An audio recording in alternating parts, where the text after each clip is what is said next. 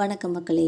இன்றைக்கி நம்ம இந்த வீடியோவில் கணவரும் இல்லை பிள்ளைகளும் இல்லை வறுமையில் வாடின நடிகை கொல்லங்குடி கருப்பாயோட மரணத்தை பற்றி தான் ரொம்ப விரிவான ஒரு தொகுப்பாக பார்க்கலாம் வாங்க. கலை மாமணி விருது வாங்கியிருக்காங்க பிரபல நாட்டுப்புற பாடகியும் நடிகையுமான கொல்லங்குடி கருப்பாயி அவர்கள் காலமாயிட்டாங்க என்பது குறிப்பிடத்தக்கது. 1993ஆம் ஆண்டு, அதாவது அப்போதைய முதல்வர் ஜெயலலிதா அவங்களோட கையிலால் கலை மாமணி விருது வாங்கி சாதனை படைச்சிருக்காங்க பாடகி கொல்லங்குடி கருப்பாயி அவர்கள் என்பது குறிப்பிடத்தக்கது. சிவகங்கைக்கு பக்கத்தில் இருக்க கொல்லங்குடியை சேர்ந்தவங்க தான் கருப்பாயி. இவங்க நாட்டுப்புற பாடகியான இவங்களுக்கு பாடல் தான் எல்லாமே. கிட்டத்தட்ட 1000க்கும் மேலே நாட்டுப்புற பாடல்களை பாடியிருக்காங்க. சின்ன வயசுலேருந்து வயலுக்கு போகிறதுலேருந்து வேலைக்கு போகிறதுலேருந்து எல்லா கான்செப்டுக்குமே இவங்க பாடல் பாடுவாங்க என்பது குறிப்பிடத்தக்கது. இவங்களை ஆண் பாவன்ற திரைப்படத்தின் மூலமாக தான் நம்ம தமிழ் சினிமா உலகத்தில் அறிமுகப்படுத்தியிருக்காங்க.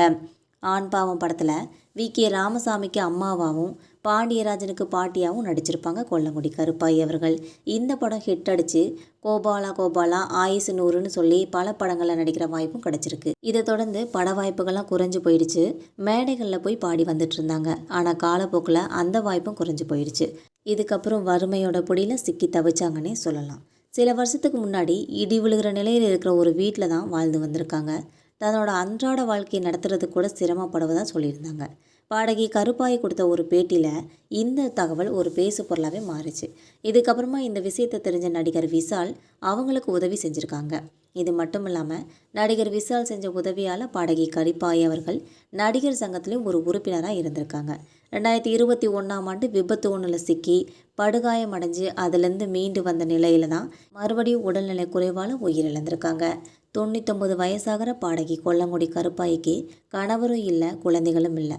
தன்னோட உறவினர்கள் எல்லாமே திருமணம் முடிஞ்ச நிலையில் விபத்து ஒன்றில் கணவர் உயிரிழந்துடுறாங்க. சின்ன வயசுலேயே அவங்களோட குழந்தையும் உயிரிழந்துடுறது.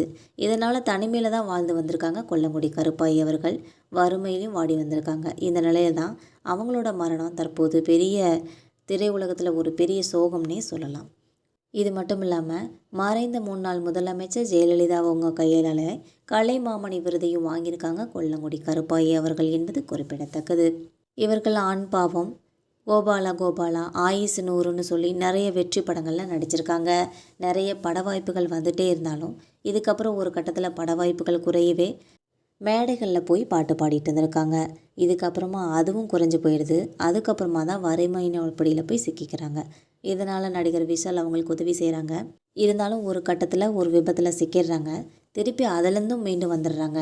ஆனாலும் மறுபடியும் உடல்நல குறைவு ஏற்பட்டு இறந்து போயிடுறாங்க. மக்களை நம்ம போகிற இந்த சினிமா தகவல்கள் உங்களுக்கும் பிடிச்சிருந்தா மறக்காமல் நம்ம சேனலை சப்ஸ்கிரைப் பண்ணி பெல் ஐக்கானை கிளிக் பண்ணி வச்சுக்கோங்க. அப்போ தான் நம்ம போகிற ரெகுலர் வீடியோக்கள் உடனுக்குடன் வந்து சேரும். தேங்க்யூ.